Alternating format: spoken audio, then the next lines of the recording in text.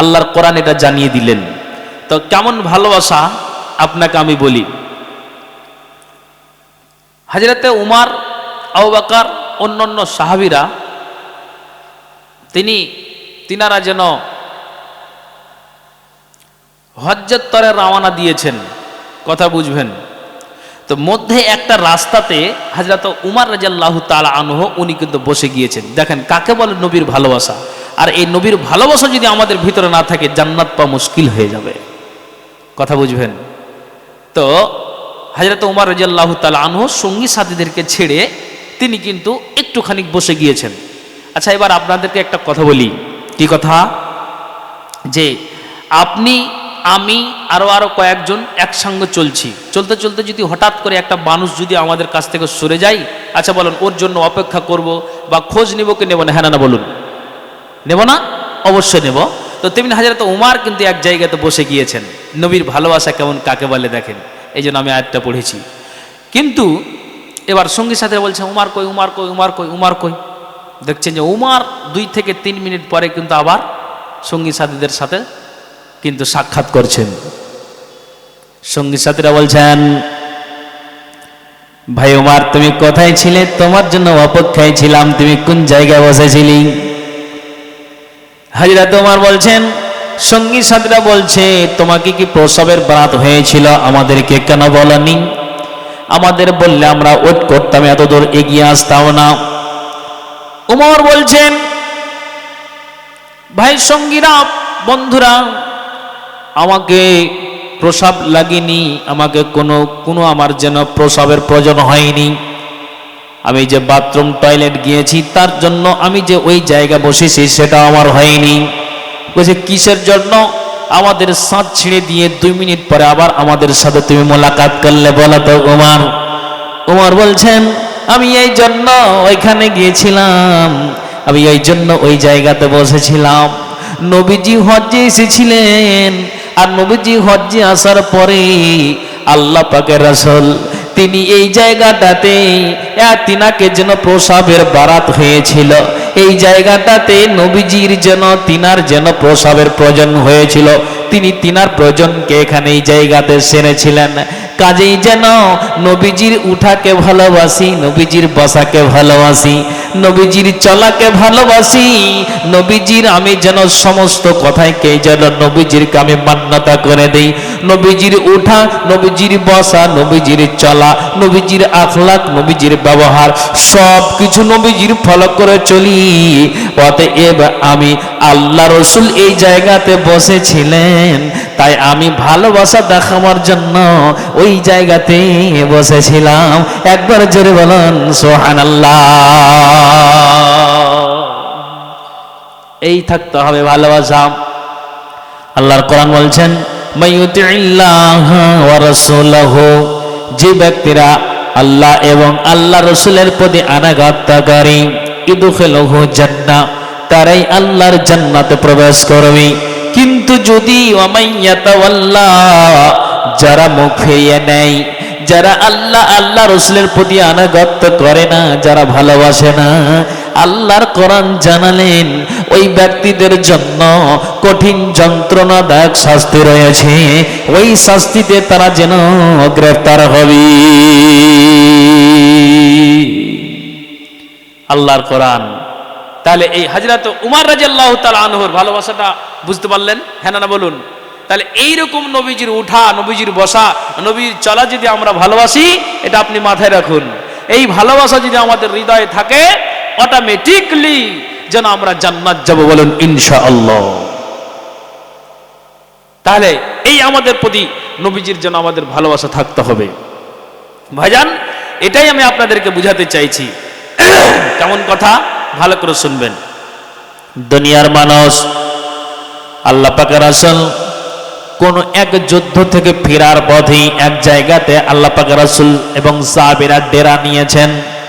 মানে ওই জায়গাটাতে নবীজি সাহাবীরা তাম্বু টাঙিয়ে ওই জায়গাতে নবীজিরা কিছুক্ষণ আশ্রয় নিয়েছেন। একজন ব্যক্তি যেন একটা চাটিয়াল ময়দানের ডান দিক থেকে বাম দিক, বাম দিক থেকে ডান দিক, উত্তর পশ্চিম দক্ষিণ পূর্ব এই করে করে ঘোরাফেরা করে। এবার আল্লাহ রসুল ওই ব্যক্তিকে ডাক দিল। ওই ব্যক্তিটা নবীজির দরবারে আসলে একটু কান খুলে শুনবেন।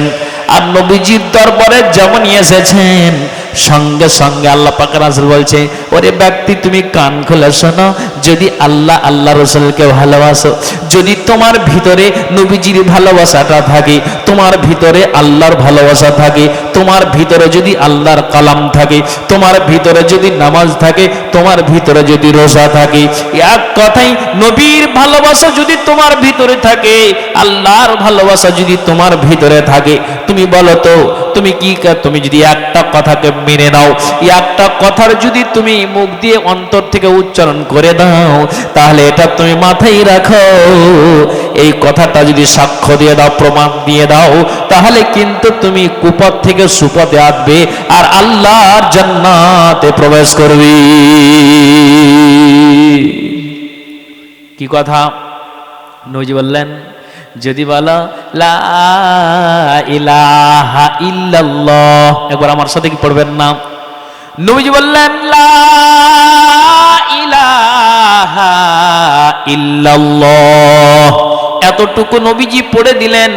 আর পড়ে দেওয়ার পরে ওই আপনার জন্য ব্যক্তিকে নবীজি বললেন, যদি তুমি এই বাক্যটা বলে দিতে পারো আল্লাহ ছাড়া কোনো মাবুদ নাই, আল্লাহ ছাড়া কোনো ইলাহা নাই, আল্লাহ ছাড়া কোনো উপাস্য নাই, যদি এটা তোমার মুখ দিয়ে চলে আসে আর অন্তর থেকে যদি তুমি পাঠ করো, আল্লাহ রসুল বলছেন যে তুমি কুপথ থেকে সুপথে আসবে, নবীর ভালোবাসা তোমার ভিতরে যাবে, তুমি আল্লাহর জান্নাতে চলে যাবে।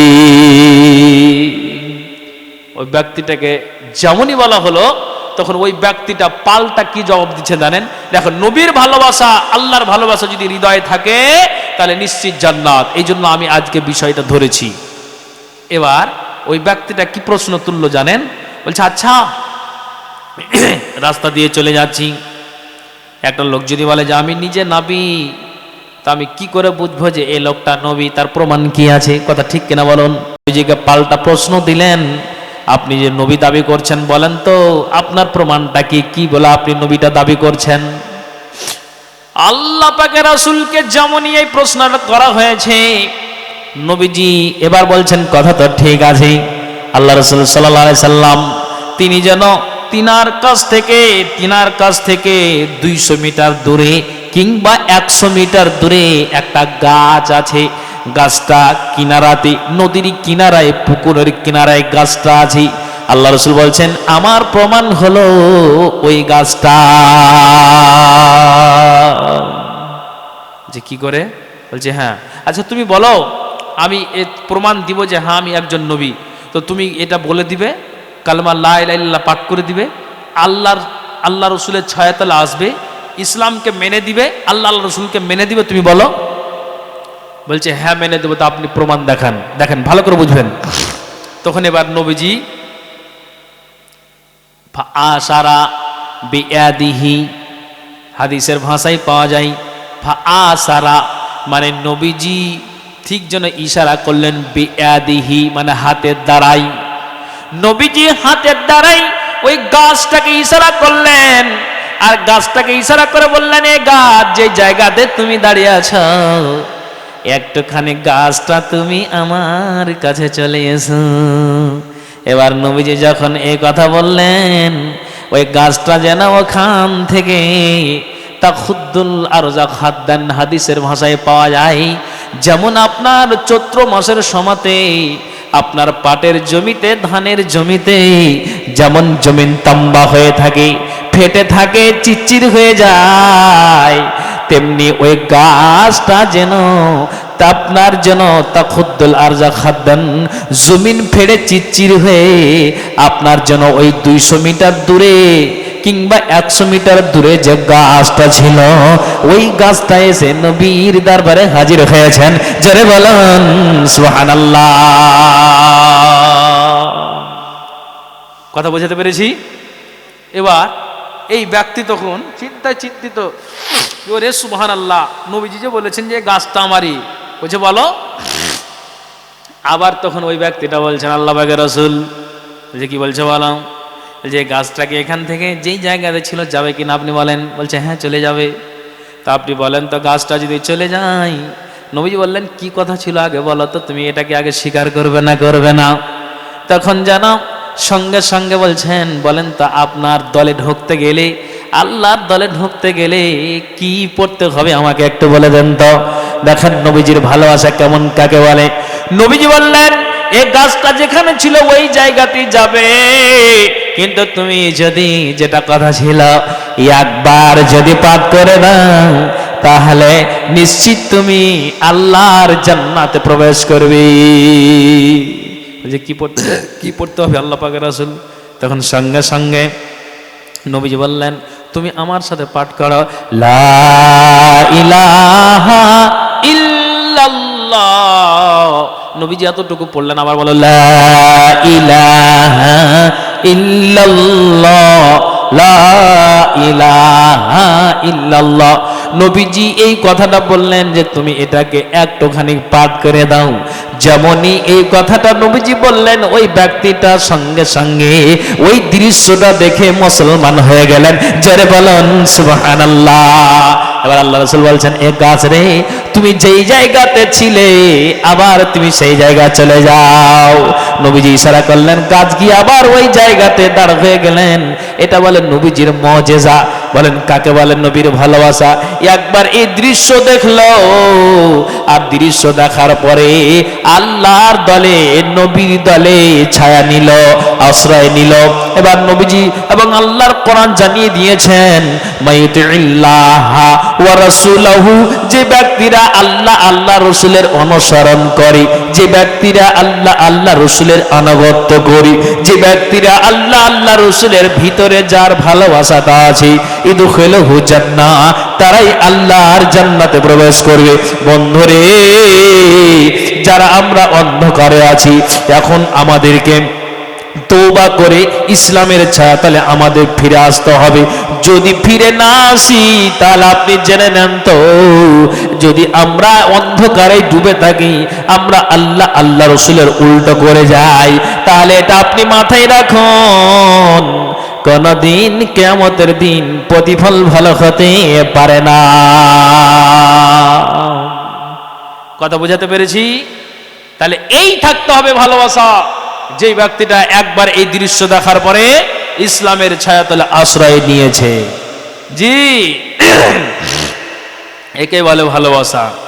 এই জন্য কত তিনি কষ্ট করেছেন দিন ইসলামের জন্য, কত তিনি কষ্ট করেছেন। এই জন্য কবি বলেছেন, এসো তোমরা ইসলামে, এসো তোমরা ইসলামে, হবে যে উজালা, মক্কা মদিনায় নবী কামলেওয়ালা। আমি নবীর শানে কথাটা বলছি, যে নবী আপনার দিন রাত খেয়ে না খেয়ে দিন ইসলাম প্রচার করেছেন, আল্লাহ আমরা সেই নবীকে বলে ভুলে যাই। কাজেই যেন কবিতার ছলে বলছেন, এসো তোমরা ইসলামে, হবে যে উজালা, মক্কা মদিনায় নবী কামলেওয়ালা, মক্কা মদিনায় নবী কামলেওয়ালা। মক্কায় উঠিলেন নবী, মদিনায় ডুবিলেন, দুই জায়গারই কতই কষ্ট সহ্য করিলেন। জোরে বলুন সুবহানাল্লাহ। মক্কায় উঠিলেন নবী, মদিনায় ডুবিলেন, দুই জায়গারে কতই কষ্ট সহ্য করিলেন। তাহার দুঃখের সীমা নাই রে, কি করিবেন একলা, মক্কা মদিনায় নবী কামলেওয়ালা। কবি বলছেন, কয়েকদিন ধরে খাবার নাই যে ঘরে, কচি কচি পাথর বাঁধেন পেটেরই উপরে। বজ্রে বলা যাবে নাকি সুবহানাল্লাহ। কয়েকদিন ধরে খাবার নাই যে ঘরে, কচি কচি পাথর বাঁধেন পেটেরই উপরে।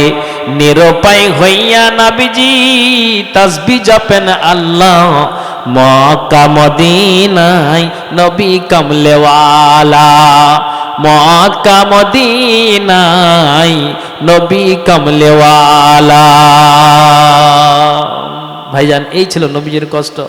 নবী যখন নামাজ পড়াতে গেলেন, তিনি নামাজ পড়িয়েছেন, আর ওই সময় নবীজির মাথাতে উটের ভুঁড়িটা চাপিয়ে দেওয়া হয়েছিল। সুবহানাল্লাহ। তাহলে আপনি চিন্তা করে দেখেন তো। আচ্ছা, এটা কোরআন মাজিদ দিয়েছে আল্লাহ দানকে, কি সামথন বিবি আল্লাহ একটা কোরআন দান দিয়েছে। আচ্ছা, রেখে দেন তো। আল্লাহ এই দানকে তুমি আল্লাহ সদরে গ্রহণ করো, যেসব দান দিয়েছি মনের বাসনা উদ্দেশ্য আল্লাহতে পূরণ করো। আমিন সুম্মা আমিন বিরহমাতিকা ইয়া আরহামার রাহিমিন। তো ভাইজান, এই যে নবী আমাদের জন্য কষ্ট করেছেন, সেই নবীর জন্য আমাদেরকে ভালোবেসে দিতে হবে। এই জন্য কবি বলেছেন, আমার নবী দয়ার নবী, নবী দো জাহান। আপনাদের বিরক্ত লাগছে নাকি? অসুবিধা হচ্ছে নাকি? ভাই ঠিক আছে তো? কবি কি বলছেন জানেন? দেখেন, আমার নবী দয়ার নবী, আমার নবী দয়ার নবী, নবী দো জাহান, সে নবীর নামটি জপে জুড়াই মোদের প্রাণ। সুবহানাল্লাহ বলুন। জুড়াই না প্রাণ? আমার নবী দয়ার নবী, নবী দো জাহান, সে নবীর নামটি জপে জুড়াই মোদের প্রাণ। সর্বশেষে পাঠাইলেন তিনি রহমান, আমেনার কোলে জন্ম আব্দুল্লাহ পিতার নাম। শিশু বেলায় নবী আমার ছাগল চরান, জিবরাইলের দ্বারাই খোদা সিনা করিলেন দুই খান। আমার নবী দয়ার নবী, নবী দো জাহান, সে নবীর নামটি জপে জুড়াই মোদের প্রাণ। সর্বশেষ পাঠাইলেন তিনি রহমান, আমেনার কোলে জন্ম আব্দুল্লাহ পিতার নাম। শিশু বেলায় নবী আমার ছাগল চরান, জিবরাইলের দ্বারাই খোদা সিনা করিলেন দুই খান। এই তো নবীর কষ্ট শুরু, শুনেন মুসলমান, শুরু থেকে নবীজি জীবন প্রেসান। আমার নবী দয়ার নবী, নবী দো জাহান। এখানে যতজন আছেন বলেন তো, আল্লাহ আল্লাহ রসুলকে ভালোবেসে দেব তো ইনশাআল্লাহ? কারা কারা আমরা নবীকে ভালোবাসি? একটু হাতটা উঁচু করো তো দেখি। মাশাআল্লাহ। তবে যদি একটা এখন প্রশ্ন করি, তাহলে আপনার দিমাগ খারাপ হয়ে যাবে। একটা লোক বলছে, মৌলভী সাহেব কথাটা বুঝবেন, এই যে আপনার নতুন জানুয়ারি না নতুন সাল যে পড়েছে না, এটা জানুয়ারি মাস চলছে, তো 31শে ডিসেম্বরের দিন, 31শে ডিসেম্বরের রাত্রে ওই ব্যক্তিটা মসজিদে চলেছে, বুঝলেন? আর ও কিন্তু মানে এক বোতল খেয়ে নিয়েছে। বোতল খাওয়া বুঝতে পারছেন তো ভাই? বোতল খাওয়া বুঝতে পারছেন তো? এক বোতল খেয়ে নিয়েছে আর ও মসজিদে ঢুকে গিয়েছে। ঢুকে গিয়ে বলছে যে, মৌলভী সাহেব এই নতুন সালে 31শে ডিসেম্বর পিকনিক খাবো, তো হালাল না হারাম? আবার ও বোতল খেয়ে মসজিদে এসছে, তাহলে ওকে কোন জবটা দিবেন বলেন তো? বলছে আমি আল্লাহ রসুলকে খুব ভালোবাসি। তখন ওর মাপলারটা টাইনা দেখছি যে দাড়ি সবকে কোদল দিয়ে কেটে দিয়েছে। তাহলে যে লোকটার মুখে দাড়ি নেই, ও নবীকে ভালোবাসতে পারে? নেই ভালোবাসা। জি, ভালোবাসতে গেলে আপনাকে মুখকে কেটে দিতে হবে, দাড়িকে লম্বা করে দিতে হবে। আল্লাহ রসুলের যে 10টি সুন্নাত আছে, এই সুন্নাতের প্রতি আমাদেরকে পাবন্দ হতে হবে, তাহলে নবীর ভালোবাসা তাহলে আমাদের ভিতরে থাকবে। জি, বলছে নামাজ না পড়তে পারি, রোজা না রাখতে পারি, কিন্তু আমার ইমানের ভোল্টেজ খুব ঠিক আছে। না, এটা কোনোদিন ঠিক হতে পারে না যতক্ষণ পর্যন্ত আল্লাহ আল্লাহ রসুলের প্রতি আপনার অনুসরণ অনুকরণ, আল্লাহ রসুলের প্রতি ভালোবাসা না হয়েছে। জান্নাত যাওয়া তো দূরের কথা, জান্নাত যাওয়া তো দূরের কথা, জান্নাতের সুগন্ধটাও আপনি পাবেন না। কথা বলতে পারলেন? তাহলে এই উমারের ইতিহাসকে ফলো করতে হবে, এই ব্যক্তির ইতিহাসটাকে ফলো করতে হবে। আল্লাহ আল্লাহ রসুলের প্রতি আমাদেরকে এবার ভালোবাসা রাখতে হবে। যদি আমরা ভালোবাসা রেখে দিতে পারি, তাহলে আল্লাহর কোরআন বলছে ইদখুলুল জান্নাত, তারাই আল্লাহর জান্নাতে প্রবেশ করবে। বন্ধু আমার, আপনাকে একটি ঘটনা শোনাই। ঘটনা হলো কি,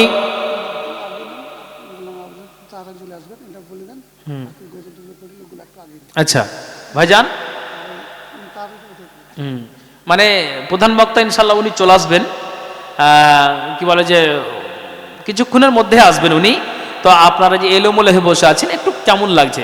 আল্লাহর কোরআনে তিনি জবাব দিয়েছেন যে তাফাসসাউ ফিল মাজালিস, যখন তোমরা মজলিসে বসবে, আল্লাহর শরীয়তি মানে কোরআন হাদিসের যেই জায়গাতে আলোচনা হবে, ওই আলোচনার জায়গাতে আল্লাহর কোরআন বলছেন এই শূন্য স্থান রাখবে না, ফাঁকা জায়গা রাখবে না, ওই জায়গাটা পূরণ করে বসবে। আল্লাহর কোরআন বলছেন সূরা মুজাদালা সূরা নম্বর 58 আয়াত নম্বর 11তে আল্লাহ উল্লেখ করেছেন, আপনি খুলে দেখবেন। বাগানের ফুল গই আমার ইসলাম ধর্মের মূল, সকল নবীর হইতে শ্রেষ্ঠ আখেরি রাসূল, তুমি কোন বাগানের ফুল? ঠিক কিনা বলুন, ঠিক কিনা বলুন? তুমি কোন বাগানের ফুল গই আমার ইসলাম ধর্মের মূল, সকল নবীর হইতে শ্রেষ্ঠ আখেরি রাসূল, তুমি কোন বাগানের ফুল? আরব দেশে জন্ম তোমার আব্দুল্লাহর ঘরে, উঠিল পূর্ণিমার চাঁদ অতি অন্ধকারে। আরব দেশে জন্ম তোমার আব্দুল্লাহর ঘরে, উঠিল পূর্ণিমার চাঁদ অতি অন্ধকারে। আলোকিত হইল মাতা মা আমিনার কোল, তুমি কোন বাগানের ফুল? তুমি কোন বাগানের ফুল গো আমার ইসলাম ধর্মের মূল, সকল নবীর হইতে শ্রেষ্ঠ আখেরি রাসূল, তুমি কোন বাগানের ফুল? মা আমিনা ধন্য হলেন কোলেতে লাল পাইয়া, মা আমিনা ধন্য হলেন কোলেতে লাল পাইয়া, মা আমিনা ধন্য হলেন কোলেতে লাল পাইয়া। মারহাবা জানাই ফারিস্তা কাতার লাগিয়া, মা আমিনা ধন্য হলেন কোলেতে লাল পাইয়া। মারহাবা জানাই ফারিস্তা কাতার লাগিয়া। মধুর সুরে গান গাইতেন মনের বুলবুল, তুমি কোন বাগানের ফুল? তুমি কোন বাগানের ফুল গো আমার ইসলাম ধর্মের মূল, সকল নবীর হইতে শ্রেষ্ঠ আখেরি রাসূল, তুমি কোন বাগানের ফুল? ইসলাম ধর্ম প্রচার করতে গেলেন তায়েফেতে, দুশমনেরা পাথর মারলো নবীজির শিরেতে। সুবহানাল্লাহ। ইসলাম ধর্ম প্রচার করতে গেলেন তায়েফেতে, দুশমনেরা পাথর মারল নবীজির শিরেতে। রক্তে রঙে লাল হইলেন মুহাম্মদ রাসূল, তুমি কোন বাগানের ফুল? তুমি কোন বাগানের ফুল গো আমার ইসলাম ধর্মের মূল, সকল নবীর হইতে শ্রেষ্ঠ আখেরি রাসূল, তুমি কোন বাগানের ফুল? হিজরত করতে বাধ্য হলেন রাত্রি অন্ধকারে, দুঃখ লইয়া গেলেন তিনি মদিনার শহরে। হিজরত করতে বাধ্য হলেন রাত্রি অন্ধকারে, দুঃখ লইয়া গেলেন তিনি মদিনার শহরে। মদিনাতে বাজিয়া উঠল ইসলামের ঢোল, তুমি কোন বাগানের ফুল? তুমি কোন বাগানের ফুল গো আমার ইসলাম ধর্মের মূল, সকল নবীর হইতে শ্রেষ্ঠ আখেরি রাসূল, তুমি কোন বাগানের ফুল? সকল নবীর হইতে শ্রেষ্ঠ আখেরি রাসূল, তুমি কোন বাগানের ফুল? জোরে বলেন সুবহানাল্লাহ। ভাইজান, অতএব এই রকমের ভালোবাসা নবীর প্রতি আমাদের রাখতে হবে। কেমন ভালোবাসা তা আপনাকে আমি বলি। নবীজির ভালোবাসা কেমন আপনাকে একটা কথা বোঝাই। নবী যেদিন মদিনার মাটিতে, আল্লাহ রসুল যেদিন মারা গেলেন, কোথায় মারা গিয়েছেন? আয়েশার কামরাতে নবীজি মারা গিয়েছেন, এবং আয়েশার বিছানে, এক কথায় আয়েশার কামরাতে নবীজিকে দাফন করা হয়েছে। এরে ভাইরা, এরে মায়েরা, এরে বাবারা, এরে বোনেরা, একটু কান খুলে শুনবেন আমি কোনটা বোঝাতে চাইছি। নবীজি যখন ইন্তেকাল করলেন, তখন যেন আনসার এবং মুহাজিরের মধ্যে বিশাল একটা তর্ক শুরু হয়ে গেল। কি তর্ক হলো? মানুষেরা বলল যে নবীজি যে আপনার মারা গিয়েছেন রে, তা আল্লাহ রসুলকে মদিনাবাসী বলে, আমরা নবীজিকে কত ভালোবাসি, তো আল্লাহ রসুলকে আমরা এই জায়গাতেই, আমরা মদিনাতেই নবীজিকে মাটি দিব। আর মুহাজিরেরা বলেন না না না না না, নবীজির দেশ হলো মক্কা, অর্থাৎ নবীজির জন্মভূমি হলো মক্কা।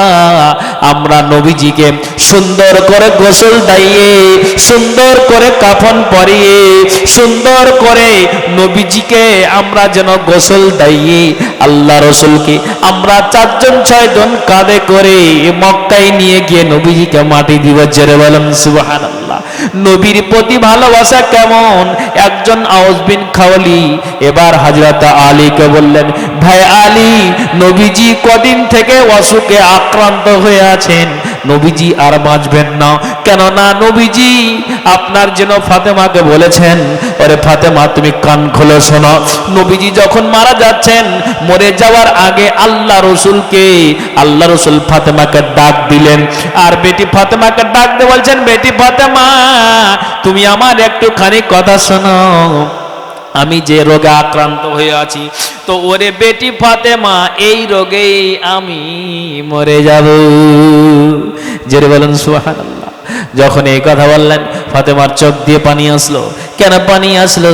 ফাতেমা বলছেন, আল্লাহ, আমার মা তো কোন দিন চলে গিয়েছে, বাবাও হারিয়ে যাবে, দুনিয়া অন্ধকার হয়ে যাবে, এই জন্য কাঁদছি।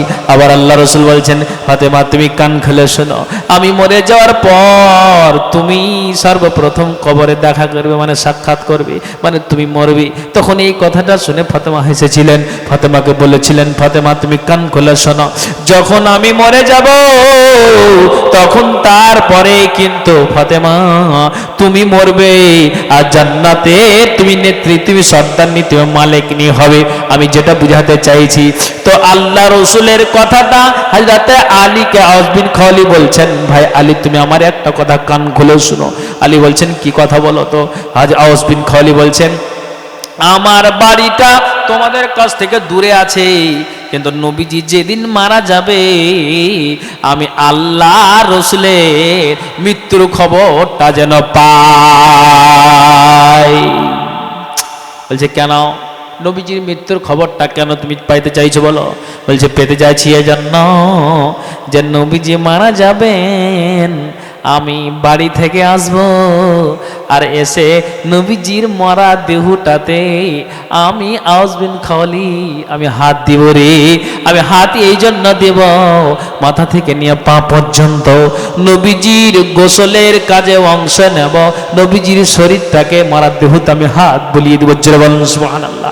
আমি নবীজিকে ভালোবাসি, নবীজির চলাকে ভালোবাসি, নবীজির কথাকে ভালোবাসি, নবীজির কাছে এসেছি, নবীজি কোনোদিন আমাকে আঘাত দিয়ে কথা বলেনি, আর নবীজি যে মরে যাবে আমি যেন মৃত্যু মুখখানা দেখবো, নবীজির শরীরে আমি হাতটা দেব। কেউ পানি ঢেলে দিবে, কেউ সাবান মাখিয়ে দিবে, কেউ আপনার পানিটা এনে দেবে, কেউ আপনার শরীরটাকে গামুছ করে দিবে, আর আমি আওস বিন খাওয়ালি নবীর শরীরটাকে কচলে দেব, কারণ আমি অত্যন্ত নবীজিকে ভালোবাসি। সুবহানাল্লাহ। ভাইজান রে, এই জন্য যদি আমার আপনার নবীর প্রতি এই রকমের ভালোবাসা থাকে, তাহলে এটা নিশ্চিত আল্লাহর কোরআন জানালেন, মাইয়ুতিল্লাহ ওয়া রাসূলহু ইদখিলহু জান্নাহ। যারা আল্লাহ এবং আল্লাহ রসুলের প্রতি যাদের ভালোবাসা অনুসরণ করে চলবে, ইদখিলহু জান্নাহ, তারাই আল্লাহর জান্নাতে প্রবেশ করবে। তাহলে আওস বিন খাওয়ালির কথাটা মনে হলো কিনা বলুন? যে আওস বিন খাওয়ালি নবীজির গোসলের কাজে শরীক হতে চাইছেন, এই তো নবীজির উম্মাত। আর আমরা বলি নবীজিকে ভালোবাসি। বন্ধুরে, নবীজিকে ভালোবাসতে গেলে আপনাকে নবীর যে সুন্নাত আছে, সুন্নাতকে পালন করে দিতে হবে। নবীজির যে আপনার যে দাড়ি রাখা সুন্নাত, আপনার দাড়িকে ছেড়ে দিতে হবে, মুচকে আপনার কেটে দিতে হবে, নখকে আপনার ছোট করে দিতে হবে, মাথার চুল যেন লিম্বা জুম্মা উফরা 3 রকম কোয়ালিটির চুল রাখা যাবে, তা আপনাকে ওইভাবেই রাখতে হবে। আর যদি আপনি ওইভাবে না রাখেন, নবীর ভালোবাসা আপনি পাবেন না, পাবেন না। কথা বুঝতে পারছেন আপনি? হ্যাঁ না বলুন। এই রকমের ভালোবাসা আমার আপনার থাকতে হবে। আর যদি থেকে যাই, তাহলে আমরা নিশ্চিত জান্নাত খানা লাভ করব, যেমন আওস বিন খাওয়ালি বললেন। তা আমি আপনাকে যে ঘটনা শোনাতে চেয়েছিলাম, মুহাজিরা বলছেন নবীজিকে এখান থেকে নিয়ে গিয়ে মক্কায় মাটি দিব, আনসাররা বলছে নবীজিকে মদিনায় মাটি দিব, মুহাজির বলছে মক্কায়, আনসাররা বলছে মদিনায়। এভাবে দুই দলের তর্ক শুরু হয়ে গেল। তর্ক হতে হতে হতে হতে ওই জায়গাতে ইতিহাসের পাতায় পাওয়া যায় আবু বকর অনুপস্থিত ছিলেন। আবু বকর ঢুকে পড়লেন, আর আবু বকর যখনই ওই তাদের মজলিসে ঢুকেছেন, ঢুকে যাওয়ার পর এবার আবু বকর বলছেন, ভাই আমি একটা কথা বলবো, তোমরা কি নিয়ে ঝগড়া করো? যদি তোমরা আমার কথাটাকে মেনে দাও, যদি আমার কথাটাকে একটুখানি শুনে দাও, তোমরা আওয়াজ বন্ধ করো, তোমরা হইচই বন্ধ করো, তোমরা কথাকে বন্ধ করো। যদি তোমরা কথাকে বন্ধ করো তাহলে অবশ্যই অবশ্যই আমি আমার কথাটাকে ব্যক্ত করব। কবি বলেছেন, মোহাম্মদ তুমি আগো খোদার পিয়ারা, আমি না মায়ের তুমি নয়নের তারা। বলেন সুবহানাল্লাহ। মোহাম্মদ তুমি আগো খোদার পিয়ারা, আমি না মায়ের তুমি নয়নের তারা। এসেছিল তুমি আগো সেই নিশরাতে, মুখে তো খোদার বাণী কোরআন নিয়ে হাতে। সুবহানাল্লাহ। এসেছিল তুমি আগো সেই নিশরাতে, মুখে তো খোদার বাণী কোরআন নিয়ে হাতে। তবু শুভ গমনে সকলের মাঝে তোমার এই ভালোবাসা হৃদয় উঠে জাগে। মোহাম্মদ তুমি আগো খোদার পিয়ারা, আমি না মায়ের তুমি নয়নের তারা। তাহলে কি বুঝতে পারলেন বিষয় থেকে? যদি আল্লাহ আল্লাহ রসুলের প্রতি ভালোবাসা থাকে তাহলে আমরা কোথায় যাব ভাই? কথা বলুন। এই আপনারা বুঝতে পারেননি? যদি আল্লাহ আল্লাহ রসুলের ভালোবাসাটা মানুষের অন্তরে থাকে, আর অন্তরঙ্গ ভালোবাসা যদি থাকে, তাহলে মানুষ কোথায় যাবে?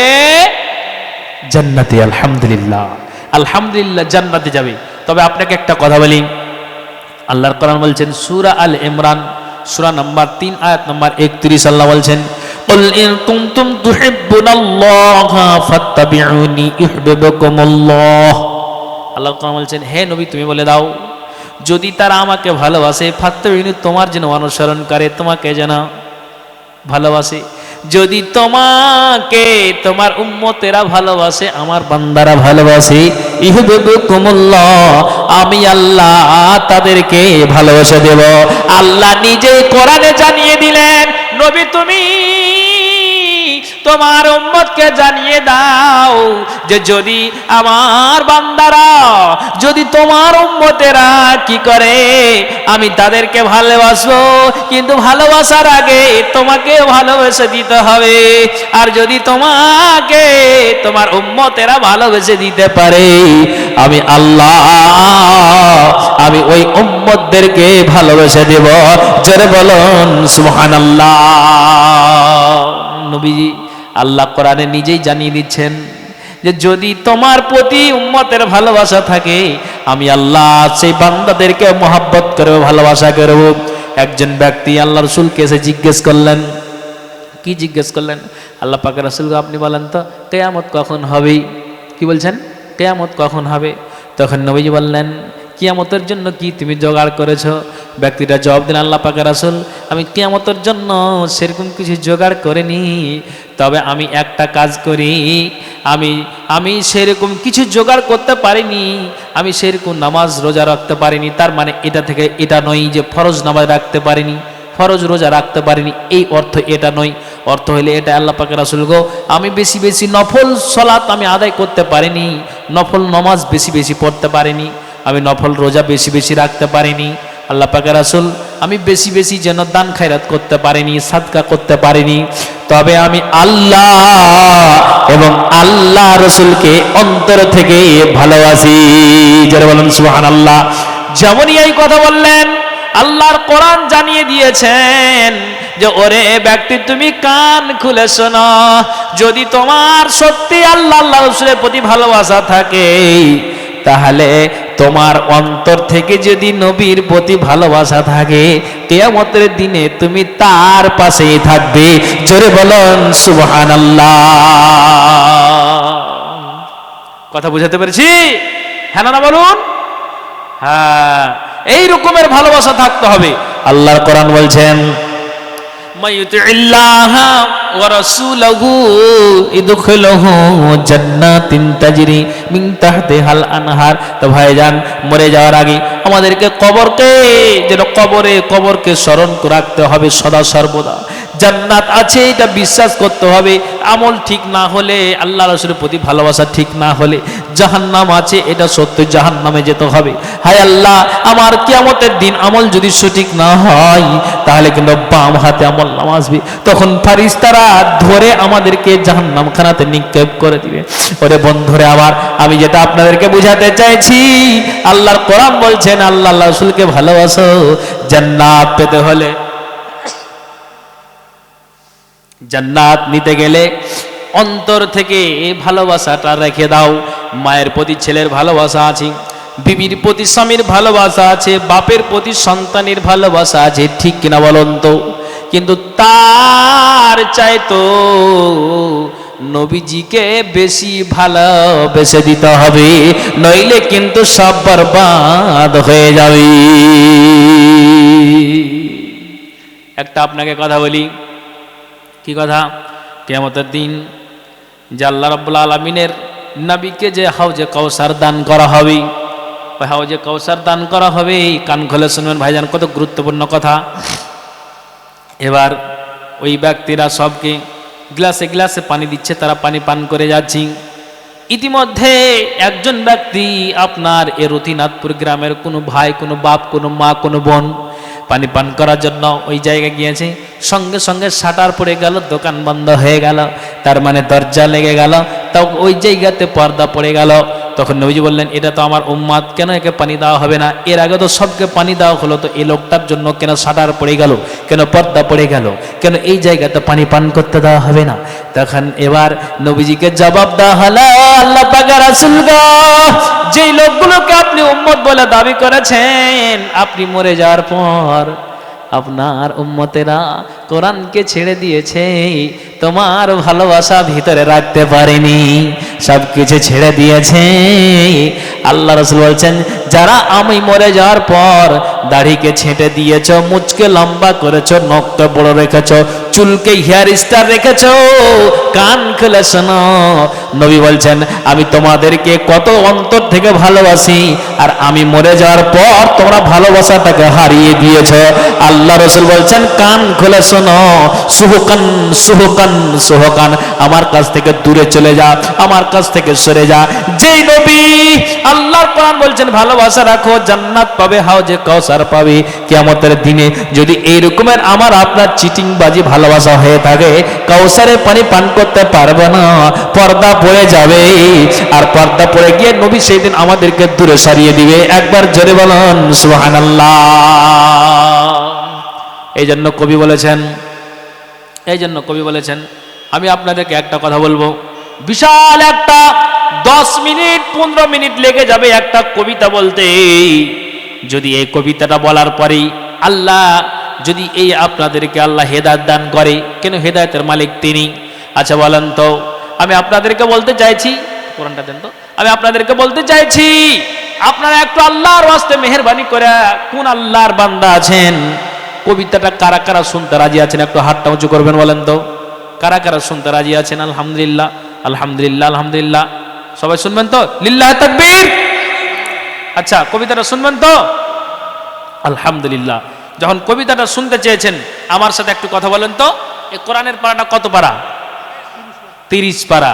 আচ্ছা, এই কোরআনের 30টা পারা, তাহলে এই 30 পারা কোরআন আল্লাহর, আর মাত্র 3টা কথা দিয়ে সমস্ত কোরআনকে আল্লাহ ভরে দিয়েছেন। 3টা মাত্র কথা, 30 পারা, 114টি সূরা, 114টি সূরা, 30টা পারা, মাত্র 3টি কথার দ্বারা দিয়ে আল্লাহ ভরে দিয়েছেন। আপনাকে সেটাও আমি দলিল দিচ্ছি, কোরআন থেকে আছে, 3টা মাত্র কথা। এবার আপনাকে বলছি, এটা কোরআনটা কত পারা ভাই? আচ্ছা, কবিতাটা শুনতে রাজি আছেন? তার আগে বলুন, এই 30টা পারা, 30টা জন মা বোনের কাছ থেকে হোক আর বাবা ভাইদের কাছ থেকে হোক, একটু আল্লাহর হস্তে বলুন, 30টা জনকে আমি দেখতে যাচ্ছি, একটা পাড়াতে 1000 কোন আল্লাহর বান্দা দেবেন?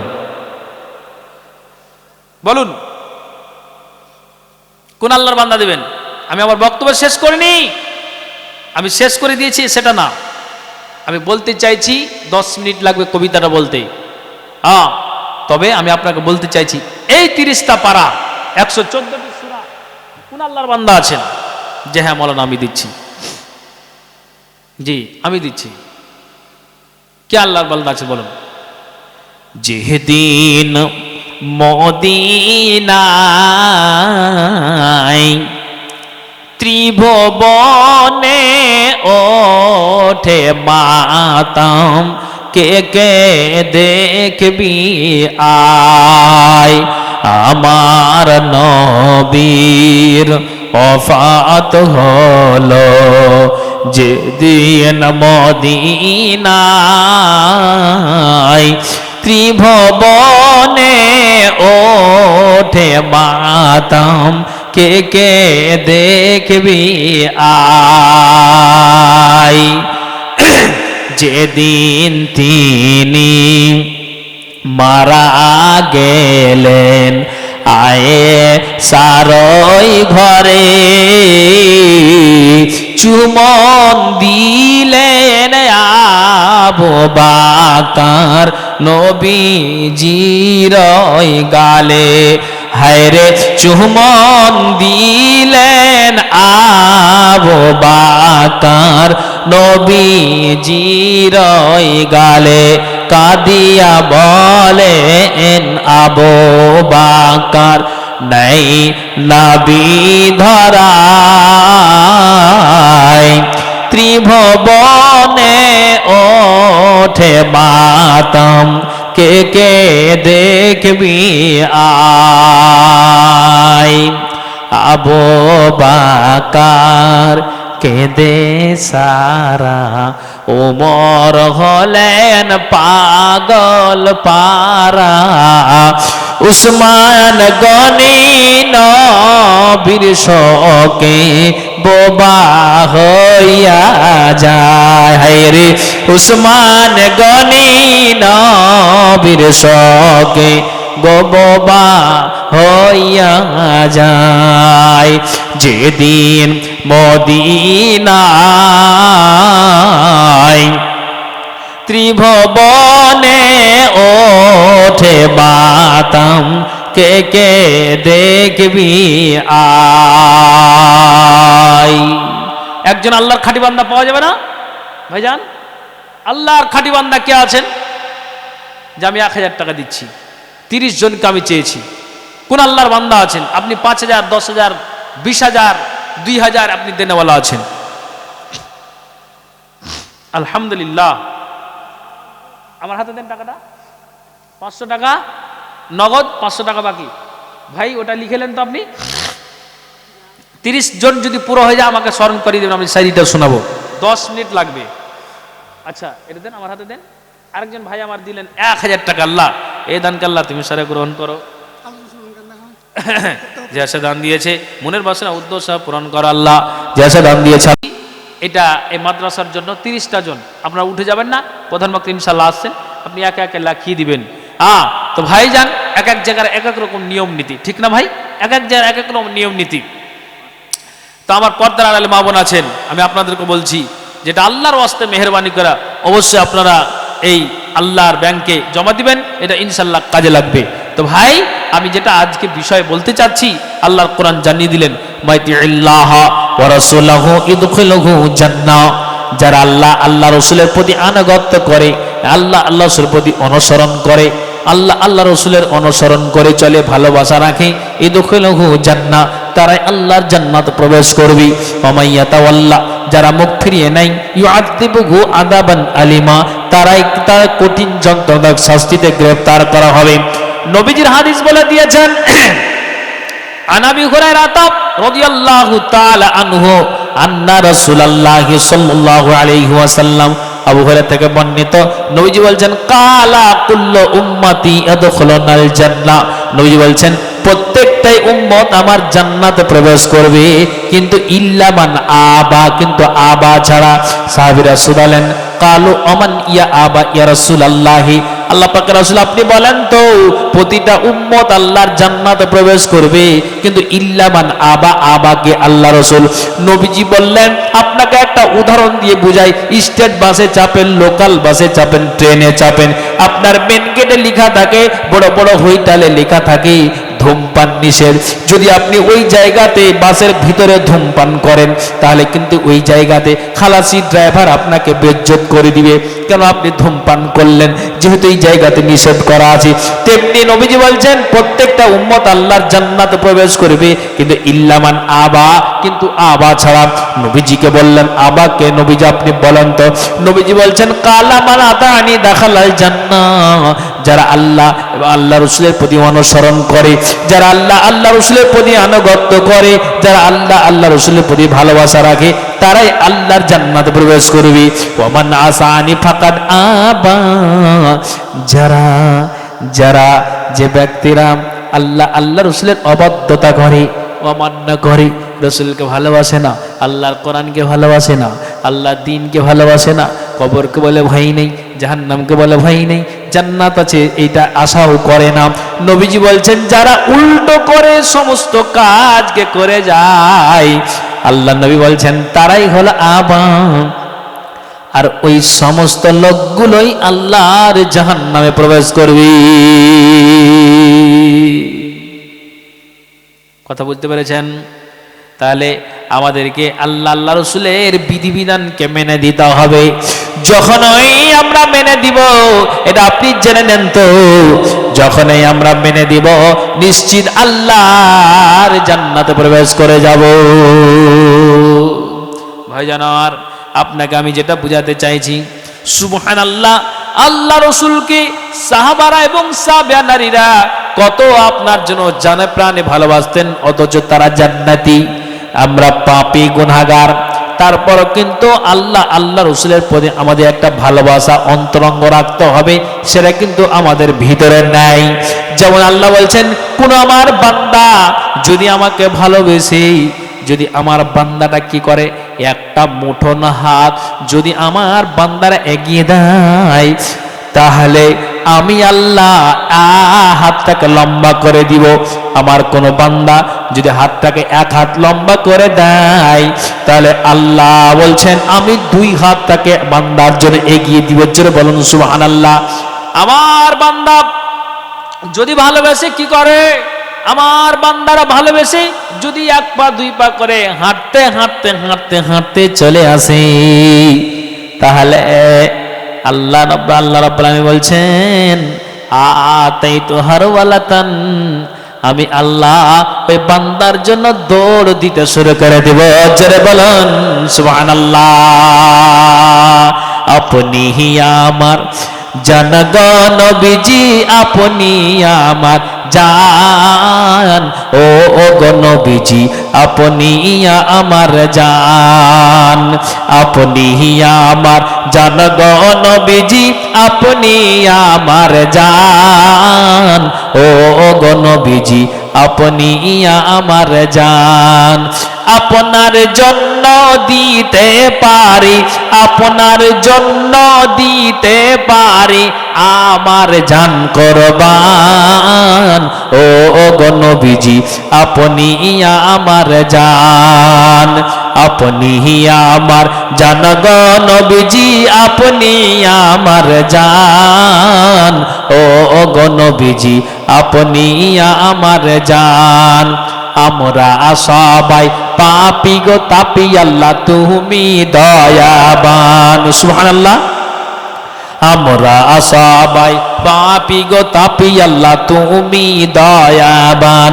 দয়া করে পার করিও, দয়া করে পার করিও হাসরের ময়দান, ও গো নবীজি আপনি আমার জান, আপনি আমার জান গো নবীজি আপনি আমার জান, ও গো নবীজি আপনি আমার জান। ভাইজান, তাহলে আমাদের কাছে আল্লাহ রাসূলের যে ভালোবাসা, অন্তরঙ্গ ভালোবাসা থাকতে হবে। তাহলে কিন্তু আমরা পাবো পরিত্রাণ, নচেত আমরা পরিত্রাণ পাবো না। এটা আপনি মাথায় রাখুন যে আল্লাহ রাসূলের প্রতি ভালোবাসা থাকতে হবে। এই জন্য আল্লাহর কোরআন বললেন মাইয়ুতিল্লাহ ওয়া রাসূলহু, যারা আল্লাহ এবং আল্লাহ রাসূলের প্রতি কি করে আনুগত্য করে, অনুসরণ করে, আল্লাহর কোরআন জানালেন ইদখুলুহু জান্নাহ, তারাই আল্লাহর জান্নাতে প্রবেশ করবে। ওয়া মাইয়াতাওয়াল্লা, যদি তারা মুখ ফিরিয়ে নেয়, আল্লাহর কোরআন জানালেন ইউআযিবুহু আযাবান আলিমা। ওই সমস্ত লোকদের যারা অবাধ্যতা করে চলে, অমান্য করে চলে, আল্লাহ আল্লাহ রাসূলের বিধিবিধানের উল্টো করে চলে, আর উল্টো করেই চলেই কবরে গেল, আল্লাহর কোরআন কি বললেন? ওই সমস্ত মানুষের জন্যই কঠিন যন্ত্রণাদায়ক শাস্তি রয়েছে, সেই শাস্তিতেই তাদেরকে গ্রেফতার হতে হবে। অত সোজা কথা নয়। কাজে আমাদেরকে অন্তরঙ্গ আল্লাহ রাসূলের প্রতি একটা ভালোবাসা থাকতে হবে। যদি আমরা পরিত্রাণ পেতে চাই, যদি আমরা পরিত্রাণ আমাদেরকে যদি পাওয়া লাগে, তাহলে আপনি এটা মাথায় রাখুন যে আল্লাহ রাসূলের প্রতি ভালোবাসা থাকতে হবে, নইলে কিন্তু সব কিছু সর্বনাশ হয়ে যাবে ভাইজান। অতএব মাথায় রাখুন। ভরি ভরি আমরা জলসা শুনি, জুমায় বক্তব্য শুনি, আমরা বক্তব্য শুনে যাই 5 মিনিটে। আচ্ছা, তো এই জন্য আমাদেরকে একটা বিশাল, তা তো আপনি কি শুনলেন? নবীজির আল্লাহ পাকের রাসূল একটা হাদিস বর্ণনা করছেন। ওই হাদিসটা উম্মে হাবিবা রাদিয়াল্লাহু তাআলা আনহা, এটা আল্লাহ রাসূলের বিবি, মানে নবীজির একাধিক বিবি, তার মধ্যে ইনি একজন। তো উম্মে হাবিবা বলছেন যে আল্লাহ রাসূল একটা হাদিস বর্ণনা করলেন কি, যে যদি তোমরা নিয়মিত প্রতিদিন 5 ওয়াক্তের নামাজে 12 রাকাত সুন্নাতকে আদায় করে দিতে পারো, এটা আল্লাহ রাসূল বলছেন, তাহলে এই 12 রাকাত সুন্নাতের বিনিময়ে আল্লাহর কোরআন বলছেন, নবীজির হাদিস জানিয়ে দিয়েছেন যে 12 রাকাত সুন্নাতের বিনিময়ে তোমরা জান্নাত লাভ করবে। জোরে বলেন সুবহানাল্লাহ। রাসূলের হাদিস স্পষ্ট, মা মিন আবদি মুসলিমিন ফি কুল্লি ইয়াউমিন ওয়া লাইলাতিন 12 রাকাতান তাতুওয়া গায়রা ফারিজাতিন বানাল্লাহু লাহু বাইতান ফিল জান্নাহ আও বুনিয়া লাহু বাইতান ফিল জান্নাহ। নিয়মিত প্রতিদিন যদি 12 রাকাত সুন্নাত আদায় করেন, এই 12 রাকাত সুন্নাতের বিনিময়ে আল্লাহ জান্নাত দেবে। জোরে বলেন সুবহানাল্লাহ। এই কথাটা পর্দার আড়াল থেকে উম্মে হাবিবা রাদিয়াল্লাহু তাআলা আনহা উনি শুনে নিয়েছেন যে আল্লাহ যদি 12 রাকাত সুন্নাত নিয়মিত 5 ওয়াক্তের নামাজে যদি পড়া যায়, তাহলে আল্লাহ জান্নাত দিবেন। তখন উম্মে হাবিবা শপথ করলেন, আল্লাহ, নবীর মুখ থেকে শুনলাম, নবী যে হাদিসটা বর্ণনা করছেন, আমি তিনার বাড়িওয়ালি, কিন্তু আমি এটা কথা যেমনই শুনলাম, নবীজির ভাষণটা শোনার আগেও আমি যেন 5 ওয়াক্তের নামাজে 12 রাকাত সুন্নাত আদায় করে যাই। এরে মা বোন কান খুলে শুনবেন, এটা নবীর প্রতি ভালোবাসা, আর আল্লাহ রাসূলের আপনার জন্য আপনার ইবাদত আর মশগুল হয়ে যাওয়া। উম্মে হাবিবা বলছেন, আমি শপথ করলাম আল্লাহ, মা তারাকতুহুন্না মুনজা সামিআতুহুন্না মির রাসূলিল্লাহি সাল্লাল্লাহু আলাইহি ওয়াসাল্লাম, আমি শপথ করলাম আল্লাহ রে, যতদিন তুমি বাঁচিয়ে রাখবে ততদিন আমি কি করব, কোনদিন 12 রাকাত সুন্নাতকে আর ছেড়ে দেব না। জোরে বলুন সুবহানাল্লাহ। এই রকমের ভালোবাসা আমার আপনার ভিতরে থাকতে হবে। যদি এরকমের ভালোবাসা থাকে, আল্লাহর কোরআন জানালেন ইদখুলুহু জান্নাহ, ওই সমস্ত নারী এবং নর আল্লাহর জান্নাতে প্রবেশ করবে। ভাইজান, এটা রাসূলের হাদিস। তাহলে এই ভালোবাসা আমার আপনার ভিতরে থাকতে হবে। আমি আর বেশি বলবো না, যেহেতু প্রধান বক্তা এসে উনি উপস্থিত হয়ে আছেন, আর আমি বলবো এটা খুব খারাপ দেখাবে নাকি। তো যাই হোক, উনাকে তুলে দেবেন এখন, আমি আর বলবো না। তো কথা হলো ভাই, এটা আমি আপনাদেরকে বলে যাচ্ছি যে আল্লাহ তাআলা যেন আমাদেরকে সকলকে আল্লাহ রাসূলের প্রতি ভালোবাসার, অন্তরঙ্গ ভালোবাসার যেন তৌফিক দান করেন। সকলে পড়ি আল্লাহুম্মা আমিন, আল্লাহুম্মা আমিন। হে আল্লাহ, আমি এই জায়গাতে দিনাজপুরের মাটিতে রদিনাথপুর গ্রামে যে আল্লাহ যে কথা বললাম, আল্লাহ জমিন সাক্ষী, হে আল্লাহ, যা বলেছি কোরআন এবং হাদিস থেকে বলেছি। তবে আল্লাহ, আমাদের যেই ভালোবাসার যে একটা অভাব আছে, অন্তরঙ্গ যে একটা ভালোবাসা রাখতে হবে, মানুষের ভিতরে নেই। আপনাকে এক এক করে যদি বলতে যাই, তাহলে কিন্তু আপনার মাথা পাগল হয়ে যাবে। কাজেই আমি বলতে চাইছি, আল্লাহ তুমি আমাদের ঈমানকে বৃদ্ধি করো। হে আল্লাহ, আল্লাহ রাসূলের প্রতি এই অনুসরণ করার আল্লাহ তুমি তৌফিক দান করো, সকলে বলি আল্লাহুম্মা আমিন। তাহলেই কিন্তু আমরা নিশ্চিত জান্নাত লাভ করতে পারবো। ভাইজান ভালো থাকেন, সুখে থাকেন। আমি আর লম্বা করছি না, উনি পিছনে বসে আছেন, আমি আপনাদের জন্য দোয়া রাখবো আর আপনারাও আমার জন্য দোয়া করবেন।